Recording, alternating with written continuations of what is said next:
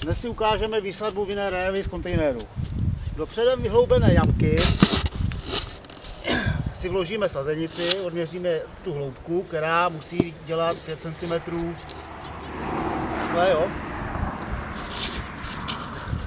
Vložíme trošku kompostu. Vyjmeme opatrně z kontejneru s celým balem. Vložíme. Přisypeme ještě trošičku ornice, promícháme. Tak. Dáme znova kompost.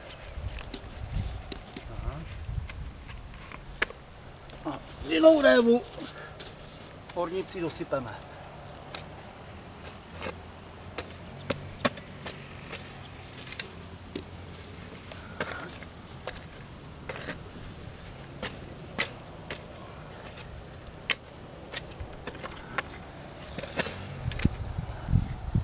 Malinko utáhneme.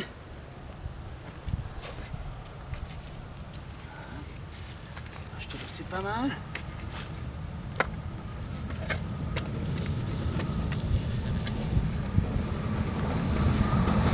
Můžeme dát trošku. A vinnou révu přichytíme.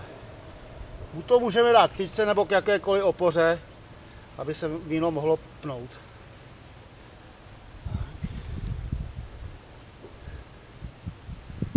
Vinnou révu z kontejneru můžeme vysazovat samozřejmě celoročně, to znamená i v létě. Tak. Na konci této práce zalejeme víno. Tak. A budeme se těšit na velké hrozny.